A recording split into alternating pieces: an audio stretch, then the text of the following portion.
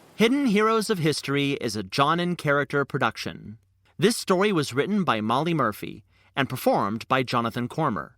Sound recording and production by Jermaine Hamilton at Hamilton Sound Studios. Reach out to us on Instagram or email us at dorktalestorytime@gmail.com. Find links in the show notes or go to dorktalestorytime.com.